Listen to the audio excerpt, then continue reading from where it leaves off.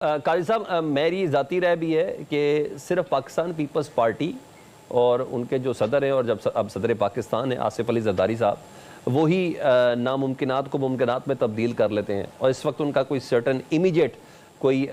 Stake भी नहीं है मौजूदा हुकूमत में। उनकी किसी किस्म के फैसले से या कोई ऐसे स्टेप से उनकी सदारत तो नहीं जाएगी, या उनकी सेनेटरशिप तो नहीं जाएगी, या 2 सूबों की गवर्नरशिप तो नहीं जाएगी। लेकिन आप समझते हैं कि आपकी क़यादत कोशिश करेगी, तो मफाहमत का बादशाह भी कहलाती है पीपल्स पार्टी, और कोशिश करेगी पीटीआई और हुकूमत के दरमियान किसी किस्म की कोई मुफाहमत हो जाए, कोई बातचीत हो जाए, और कब करेगी? कब करेगी इसका तो जवाब तो मैं अभी फौरी तौर पे नहीं दे सकता हूँ, लेकिन ये बात तो तस्दीक हो चुकी है कि इससे पहले भी आसिफ अली जरदारी साहब ने पाकिस्तान की तमाम पार्टियों को पीटीआई के बग़ैर हमने इकट्ठे किए है। पीडीएम को बिलावल साहब ने पीडीएम का बुनियाद रखा, और फिर 2018 में आपको याद होगा जब आरटीएस सिस्टम बिठा के और पीटीआई को मुसल्लत कर दिया है, जिनसे आज उनको शिकवा है। और उसके बावजूद असम्बली के फ्लोर पे शहबाज शरीफ साहब ने कहा कि आइए मिसाक की मईशत पे बात करते हैं। बिलावल साहब ने ये नारा लगाया कि इमरान खान कदम बढ़ाओ, हम तुम्हारे साथ है। तो जवाब में जो गाली गलोच मिली है वो आपने भी सुनी है और पाकिस्तानी ने भी सुनी है। लेकिन उसके बावजूद हम ये कहते हैं कि सियासी कल्चर ऐसा होना चाहिए, वो कहते हैं दरवाजे हर वक्त खुले रखने चाहिए। और एक जो अच्छा स्टेप ये नज़र आया है मौजूदा हुकूमत यानी पीटीआई की तरफ से, जहाँ अली गंडापुर का जो इंतखाब किया गया, सबको पता था कि उसका इंतखाब किस वजह से किया गया, और लेकिन वो ये समझ रहा था कि वो डीए खान की किसी तहसील का वज़ीर आला होंगे और वो पेशावर और इस्लामाबाद का रोड जो है ना वो ब्लॉक कर देंगे,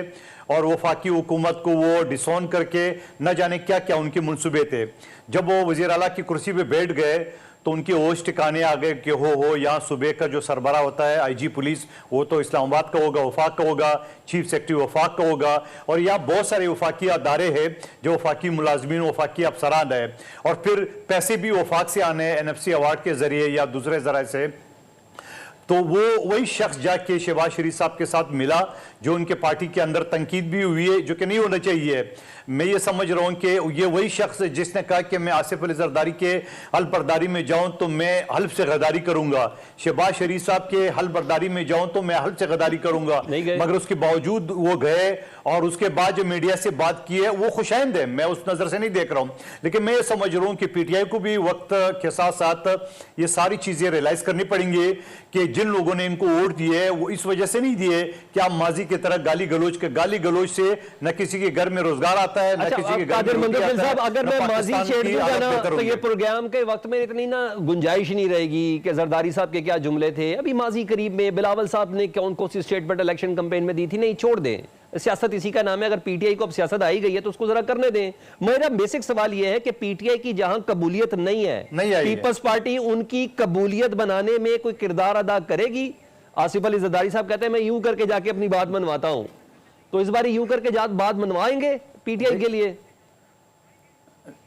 देखिए, मैं ये समझ रहा हूँ पीटीआई वाले जो केटू पहाड़ की चोटी से जरा उतर के नीचे आ जाए, वहां से जो ये गोला बारूद और पेट्रोल बम फेंक रहे हैं, तो थोड़ा इन चीज़ों को अगर रोक लगे तो यकीनन इनसे बात भी हो सकती है। और मुझे 100% यकीन है कि आसिफ अली जरदारी साहब जहां कारकुन नारे लगाते थे एक जरदारी सब पर भारी, तो वो मना करता था, बोला नहीं ये नहीं लगाओ, एक जरदारी सबसे यारी। तो मैं ये समझ रहा हूं कि जहां मौलाना साहब को उन्होंने कितना गाली गलोच से नवाजा और मौलाना साहब के पास इनका वक्त गया, उनसे एहतियात तहरीक की बात की है, तो मैं समझ रहा हूं कि इंशाल्लाह वक्त आएगा कि वो पीपल्स पार्टी और नून लीग के साथ भी बैठेंगे, और बैठना भी चाहिए उन लोगों के लिए जिन्हें उनको वोट दिए है, उन पाकिस्तानियों के लिए, उन नौजवानों के लिए जो सियासी पार्टी की आदत की तरफ देख रहे अपनी उम्मीद, अपने रोजगार, अपने तरक्की के लिए। तो मैं समझ रहा हूँ पीटीआई को भी अपना रवैया जो है ना बदलना पड़ेगा। ठीक है।